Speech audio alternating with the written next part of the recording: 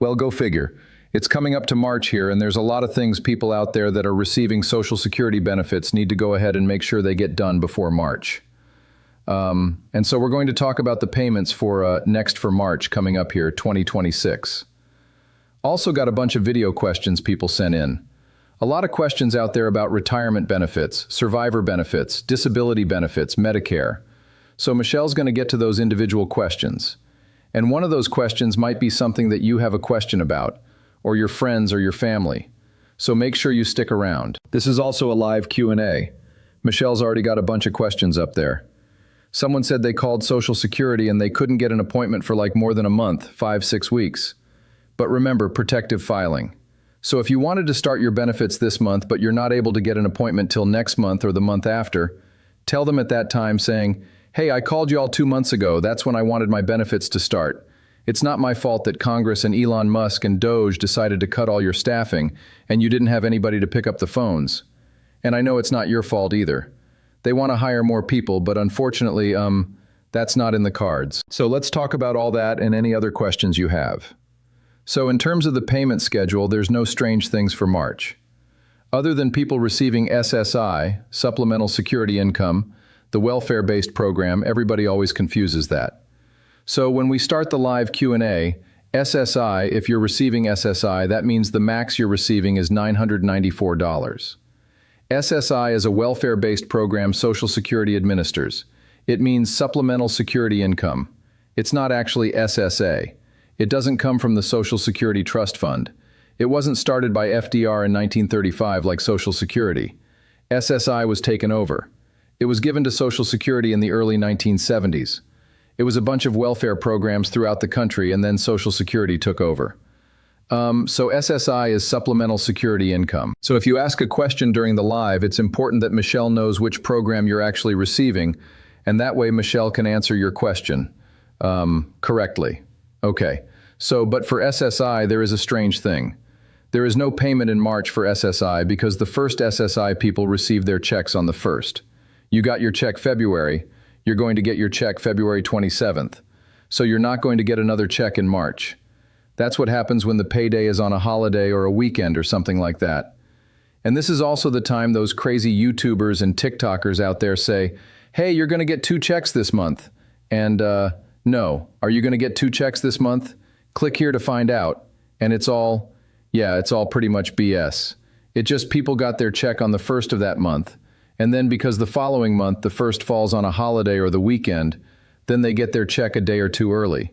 So we got a bunch of YouTubers out there that say, "Hey, are you eligible for 2 checks?" Millions of people are going to receive 2 checks next month. And it's even worse now because we got a bunch of AI slop coming out there, and hopefully YouTube and all these platforms start doing something and shutting down these things that are giving out incorrect information. So we're going to have to deal with it a little bit longer, unfortunately. Okay. Another thing that's happening out there is a lot of people are receiving overpayment letters. If you worked last year and your benefits were withheld because you earned over the annual earnings limit, what happens a lot of people don't realize is Social Security continues that on. So if you made $5,000, $10,000, $20,000 over the annual earnings limit last year, again, you have to get you under your full retirement age. Then they're going to assume you're going to do the same this year. And you're like, "But I'm not." Well, Social Security doesn't know until you call them up and say, "Hey," you file what's called a work report and you say, "Hey, this year I'm not going to work over that annual earnings limit." Or it's my full retirement age year anyway, so it doesn't matter. So you don't get your check stopped. So there's a lot of people that are already contacting Michelle and saying, "Hey, Michelle, I didn't get my check this month. What's going on? Did you work last year? Was your benefits withheld last year for a month or 2 months or 3 months?" Yeah, well, there you go. You have to call and file a work report and saying, "Situation's changed. I stopped that job. I cut my hours," or whatever the case may be. So we want to make sure you don't miss your checks. Another thing that's happening in March is it's going to be March 31st is the end of the open enrollment period. So if you have a Medicare Advantage plan, Part D plan, if you want to price your Medicare, your Medigap, your Medicare supplement plan, you can do that any time of the year anyway. See if you can save some money there. But a Medicare Advantage plan, if you forgot to check your Medicare Advantage plan or situation have changed, or you wonder if you picked the right plan, whether the person that helped you out, is looking out for you or them by steering you to a plan that they make more money on. So if you're questioning that, now's the time to do it up until March 31st. It's called the open enrollment period. You can switch your Medicare Advantage plan one time during January, February, and March. Under that special enrollment period, open enrollment period is technically what they call it. So you can reach out to Chapter there and they can help you out and see if there's something better for your particular situation. Just be prepared. Have all your 7 Ps available. Your current plan, who you want to keep in terms of your providers, your prescriptions, the milligrams, dosage, all that kind of stuff. If you want to keep a particular pharmacy, your priorities, need more, dental, more vision, check the prices. You people get price shock and wait a second, they only charged me, $30 last year for a specialist and now they're charging me $50. Well, yeah, that was last year's plan. That's gone. Now you're in a new plan. You might have the same card, the same company, but the plans change. They're all Medicare Advantage plans are only good for 1 year period. They might renew, but the engine under the hood just might be completely different. So, prices are important. And you need to stay up on these companies. Persistence to stay up on these companies and make sure you're getting everything you are entitled to, everything you paid for all of those decades. So, all right, we've got, let's see. Let's get into some live Q&A, and then Michelle is going to get into some video questions. Got a lot of video questions today. My wife is staying 30 days in the States to continue her spousal support. If she stays 3 weeks more, will that affect her April payment? Okay. So she is a non-citizen. She has a green card and she's from a particular country. So on Michelle's website, it really depends on the particular situation. So if she's eligible for benefits, she's a U.S. citizen, doesn't matter. But if she's not a U.S. citizen, then there are issues depending on what country she's a citizen of. There's the Social Security Administration has what's called these totalization agreements with some countries where we recognize their Social Security, they recognize our Social Security. So anyway, but you can go onto Michelle's website. It's mygovexpert.com. Let Michelle take that off there so you can see it. mygovexpert.com. You click on Living Overseas and it takes you to Payments Abroad. So it says living overseas with Social Security benefits. So it's living overseas or people coming in your particular situation. Eligibility for non-citizens. So if you have a green card, you're in the country legally, allowed to work and all that kind of stuff, then if you're not in this country legally, if you don't have a Social Security number, if all that kind of stuff, people that are not in the country legally don't receive Social Security benefits. So politicians, stop saying that. Anyway, you can click on the little link there. It says Payments Abroad Screening Tool. And this is kind of what you're looking at. You need to find out, she's coming back, but this also explains all that with the particular, so she puts it. If she's a non-US citizen and receives yes, and then it asks what country, and it goes by whatever country has the totalization. So definitely check that out. That's specific to each particular person, each particular country actually, and that person's status in the United States. Okay, we've got tons of video questions. Hopefully one of these questions will answer a bunch of questions that people have out there. So let's start off. Hello, Dr. Michelle. My husband is 59 and plans on working another 3 to 5 years. We're both retired from the military, but my husband continued as a federal service employee while I stayed home to manage the household for retirement planning purposes. We both have enough earned credits for Social Security, but we are trying to understand if I would qualify for his higher retirement benefit. How do I read our Social Security statement to figure out what our primary insurance amount currently sits to see if I have less than 50% of his PIA? Thanks. All right, she's using the special codes there, the PIA, which is a beautiful thing. We had Jay on here. He had just retired from the Social Security Administration a couple of months ago. Michelle retired 3 years ago now. And he says, since Michelle's been doing these videos, people have been showing up to the Social Security Administration and saying PIA and MBA and IEDs, and Social Security employees are like, where are you learning all this insider knowledge from? And they're like, Dr. Michelle. So it's a beautiful thing. It's sad that you have to do that. Social Security employees. There's supposed to be enough of them there to help you navigate all this, but unfortunately it's not happening. And so that's why this channel exists. All right, so PIA, primary insurance amount, is what she's looking for. In order to determine whether you're eligible for benefits on another person's record, then your benefit spouse record, divorced spouse record, independently entitled divorced spouse benefit, is your full benefit amount, that's what's called the PIA, the primary insurance amount. That's your full benefit amount if you had waited till your full retirement age. So your full benefit amount, your PIA, has to be less than half of your spouse's or divorced spouse's benefit amount. And how do you find that? When you look under the Social Security, SSA.gov is set up a My Social Security account. Good for doing that, it protects you. It's good to watch out, make sure everything is good in there. But it doesn't say specifically PIA. Hopefully they start adding that in there because people now know what a PIA is. It just says, here's how much you would receive at your full retirement age. That's pretty much it. So your PIA is, it says in the My Social Security account you get online, here's how much you would receive at your full retirement age. That's your PIA.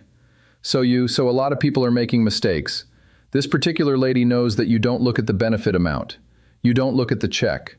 That's called the MBA. The master, that's called the monthly benefit amount. You don't look at that amount to determine whether your benefit amount is less than half of theirs. You look at the PIA, the full benefit amount. There's too many people out there losing benefits because they look at the raw amount. So just go into My Social Security. Look at your PIA, your full benefit amount, what you would receive at your full retirement age. Look at your husband's, how much it says they would receive at their full retirement age. And if it gets kind of close-ish, because remember on the Social Security statement, those are estimates. The closer you get to your full retirement age, the more accurate they are. But if it's close-ish, then Michelle would definitely call Social Security with both of you there and say, hey, how much is my PIA? And hand the phone to him and he asks, how much is my PIA? And here's the thing, even if it's $1, you're like, oh, I can get $1, forget about it. No, Michelle would do it. Why? Because it's $1 and it's your dollar, number one. Number two, if you're on somebody's record, Social Security calls it the MBR, the master beneficiary record. If you or he, whoever is the higher benefit amount, let's say it's yours, if you are on his record even receiving $1 if anything happens to him, then if you're your full retirement age at that time, it's automatically converted to surviving spouse benefits. So in that terrible time, which we all have that terrible time in the future, we're all going to have that time when something happens. You don't have to deal with the bureaucracy. Your benefits go from 50%, you get that dollar to 100% as a surviving spouse as long as you're over your full retirement age. If you're under your full retirement age, you have the choice to wait, and so they don't automatically convert it. It's called auto-convert. They don't automatically convert it. They reach out to you and say, do you want to switch to Survivor?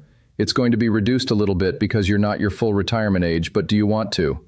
If not, and then we'll hold it until you reach your full retirement age. So you have those options. So great for, recognizing that. All right, another question. Hey, Dr. Michelle, this is Paul from Alabama. My question is, if I retire early, does my pension count toward the $24,480 maximum for the year that I can earn? That's an easy one. No, it does not. So when you retire, let Michelle pull up a handy-dandy little chart here about, that's the one on, this is a live Q&A. So if you're watching this and recording, this was recorded on a live Q&A. Anyway, so for when you're under your full retirement age for this year, it's $24,480. Anything over that, Social Security holds back $1 for every $2 you go over until you hit your full retirement age. That year it all changes. What counts is wages, bonuses, commissions. What doesn't count got on the bottom left here. Pensions, investments, interest, your Social Security check itself, that doesn't count.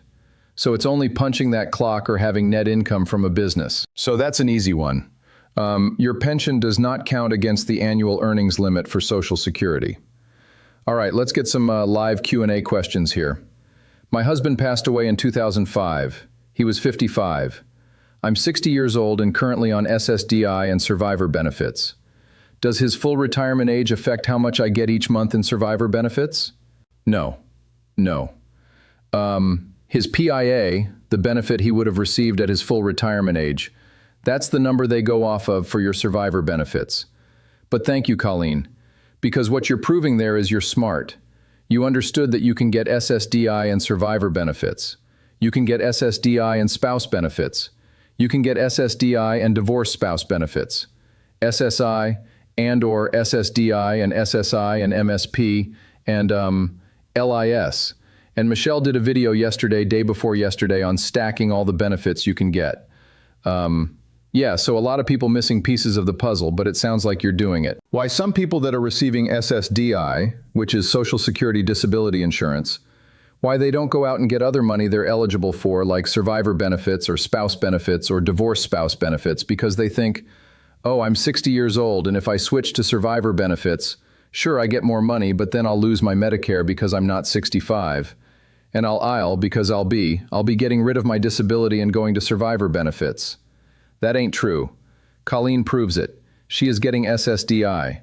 So let's say she's getting $1,000 a month from SSDI, and then she was eligible for another $500 from survivor benefits. So she's getting her $1,000 plus $500 from survivor.